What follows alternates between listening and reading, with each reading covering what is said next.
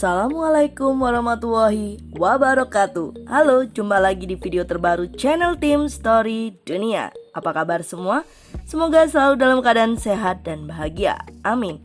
Baiklah, seperti biasa pertama kita akan membahas sekilas video yang lalu, di mana pada video sebelumnya kami membahas seorang putri, tepatnya satu-satunya putri yang dimiliki oleh mendiang Ratu Elizabeth II yang bernama Putri Anne, di mana dirinya pernah mengalami penculikan. Bagi yang belum sempat menontonnya, bisa dilihat di video sebelumnya ya. Dan untuk video kali ini, kami akan kembali membahas seorang putri, tepatnya seorang putri dari Mangkunegara yang memiliki paras cantik dan mampu membuat banyak lelaki dari politisi, sultan, hingga presiden ingin melamarnya. Siapakah dia? Dirinya adalah Gusti Nurul, satu-satunya putri pemegang tampuk pemerintahan Mangkunegara. Penasaran dengan kisahnya? Langsung saja yuk disimak cerita lengkapnya. Namun seperti biasa, bagi penikmat baru channel kami untuk like, subscribe, dan aktifkan lonceng notifikasi agar selalu mendapatkan informasi terbaru dari channel kami.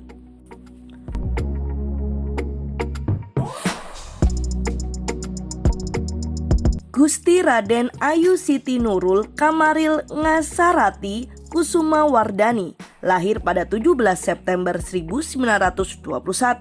Dirinya adalah putri tunggal dari Kanjeng Gusti Pangeran Adipati Aryo Mangkunegoro VII dan permaisurinya Gusti Kanjeng Ratu Timur. Ayah Gusti Nurul adalah seorang ningrat dari Solo yang beristikan putri dari Kesultanan Ngayogyakarta Hadiningrat.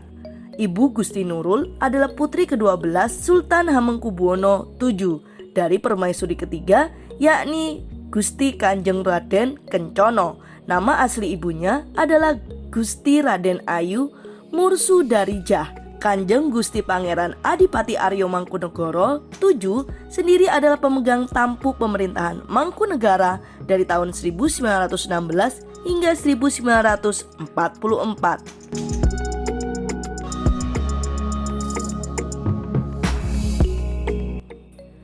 Semasa remaja, Gusti Nurul pernah diundang menari hingga ke negeri Belanda. Saat itu, Gusti Nurul menari untuk prosesi pernikahan Putri Juliana dengan Pangeran Bernhard.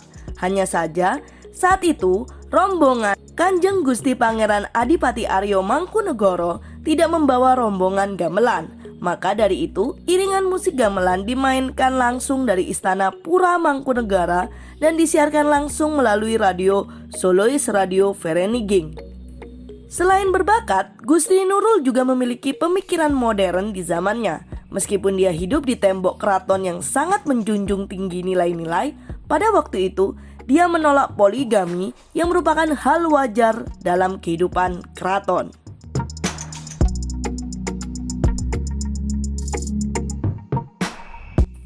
Sebelum menikah dengan pelabuhan jiwanya, ada gelagat seorang raja di kota sebelah hendak menyunting Gusti Nurul. Ketika ayahnya Kanjeng Gusti Pangeran Adipati Aryo Mangkunegoro VII masih hidup, pernah ada orang yang hendak meminangnya. Kepada Gusti Nurul, ayahnya pernah bercerita, telah datang utusan dari Yogyakarta dari Sri Sultan Hamengkubuwono IX yang menanyakan tentang aku. Tujuannya ingin meminangku untuk menjadikan istri. Aku Gusti Nurul dalam Gusti Nurul Stevarnar Geluk Mengejar Kebahagiaan, buku yang ia terbitkan di tahun 2014. Gusti Nurul tentu tahu jika Sultan Hamengkubuwono IX sudah punya istri. Gusti Nurul keberatan. Pantang baginya seorang perempuan berpendidikan tinggi zaman kolonial dimadu seperti dalam Kartini. Memang ketika semasa muda, Gusti Nurul pernah ditaksir oleh banyak tokoh nasional. Salah satunya adalah Sri Sultan Hamengkubuwono IX. Hanya saja, ibunya menolak karena merasa tidak nyaman dengan status anaknya sebagai istri sultan. Selain itu, seperti yang telah dikatakan dirinya sebelumnya bahwa Gusti Nurul juga tidak mau dinikahi pria yang sudah beristri.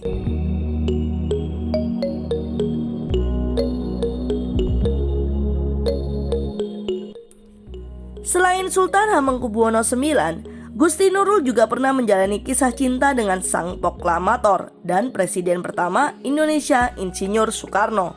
Saat itu Soekarno sedang mencari First Lady sebelum menemukan Fatmawati sebagai ibu negara. Ada pula pernyataan yang pernah dilontarkan oleh Gusti Nurul sendiri perihal Presiden Soekarno yang menaruh perasaan padanya. Menurut kabar beberapa orang, Bung Karno pun menaruh simpati padaku. Namun aku sendiri tak pernah mendengar pernyataan ungkapan isi hati Bung Karno. Tapi saya mendengar dari Bu Hartini, salah satu istrinya. Menurutku, Bung Karno hanya sebatas mengagumi saja, lanjut Gusti Nurul. Setelah tentara Belanda angkat kaki, Gusti Nurul pernah diundang ke Istana Cipanas. Ia datang bersama ibunya, Gusti Kanjeng Ratu Timur. Di istana, pelukis Basuki Abdullah diminta Soekarno melukis Gusti Nurul. Setelah Gusti Nurul menikah dengan Surjo Surarso, Bung Karno sering bilang, "Wah, aku kalah cepat dengan suamimu."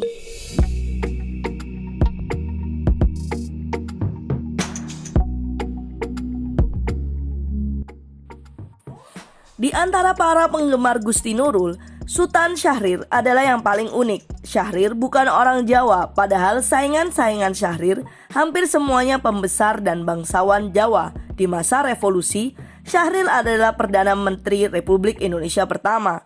Setiap rapat kabinet digelar di Yogyakarta, ia selalu mengutus sekretaris pertamanya, Siti Zubaidah Usman, ke Pura Mangkunegara untuk khusus mengantar hadiah yang dibelinya di Jakarta.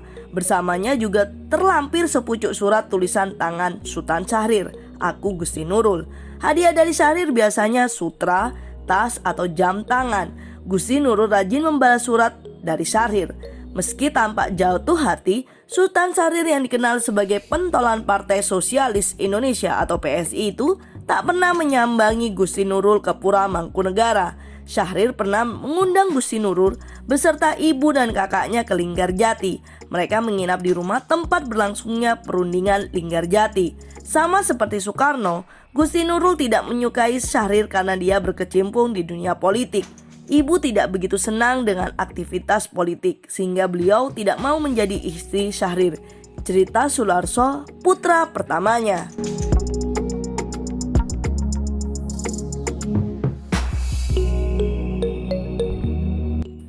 Setelah menolak pinangan banyak tokoh besar, lantas kemana hati Gusti Nurul berlabuh?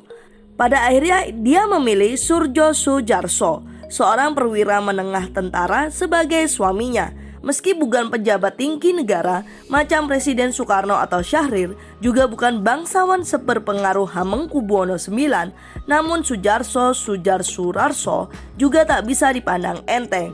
Sebagai tentara, dia bukan perwira militer sembarangan. Sebagai lulusan Akademi Militer Kerajaan Belanda di Breda, Jarso pernah beberapa tahun berdinas di tentara Kerajaan Belanda. Dia pernah ditempatkan di Prof Batalion Vechtwagen di Bandung dan selanjutnya pindah lagi ke Batalion Infanteri di Bogor. Setelah proklamasi kemerdekaan, dia bergabung di TNI. Dia adalah orang pertama yang jadi Kepala Inspektorat Kavaleri Angkatan Darat dengan pangkat Letnan Kolonel. Pada saat menyandang pangkat itu pula, dia menyunting Gusti Nurul dan bikin hampir semua laki-laki gigit jari. Dia menikah pada 24 Maret 1951 dalam usia yang cukup tua untuk perempuan yang menikah pada saat itu, yakni 30 tahun. Setelah berumah tangga, dia memilih untuk tinggal di Bandung di Jawa Barat.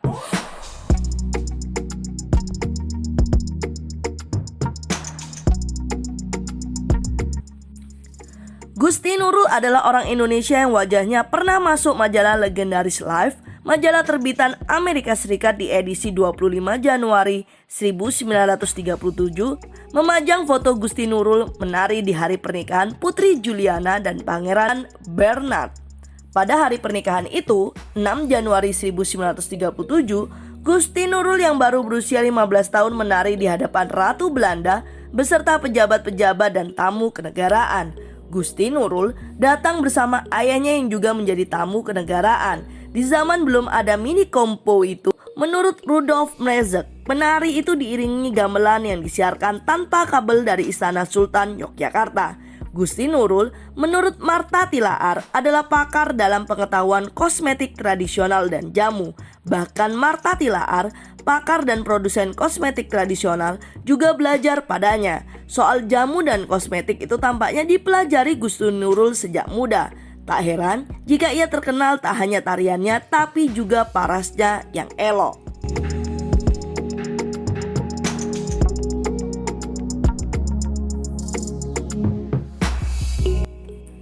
Pada tanggal 10 November 2015 pukul 8 pagi, Gusti Nurul mengembuskan nafas terakhirnya di Rumah Sakit Boromeus, Bandung setelah sebelumnya dirawat selama 2 minggu. Di usia 94 tahun, Gusti Nurul tutup usia dikarenakan sakit diabetes yang dideritanya. Gusti Nurul meninggalkan 7 orang anak dan 14 orang cucu dari pernikahannya dengan Surjo Sujarso. Ketujuh orang anaknya adalah Sularso Basarah, Parimita Wiyarti, Aji Pramono, Heruna Wiyarti, Rasika Wiyarti, Wimaya Wiyarti, dan Bambang atas Aji. Nama terakhir merupakan anak angkat Gusti Nurul. Jenazah Gusti Nurul kemudian dibawa ke Pura Mangkunegara Solo dan selanjutnya dimakamkan di Astana Girilayu yang merupakan komplek pemakaman keluarga Pura Mangkunegara. Baiklah, itu adalah cerita singkat mengenai Gusti Nurul, wanita bangsawan cantik bertalenta yang sempat membuat para sultan dan negarawan jatuh cinta padanya. Semoga video kami selalu dapat menjadi hiburan syarat akan informatif. Nantikan video terbaru lainnya di channel Tim Story Dunia.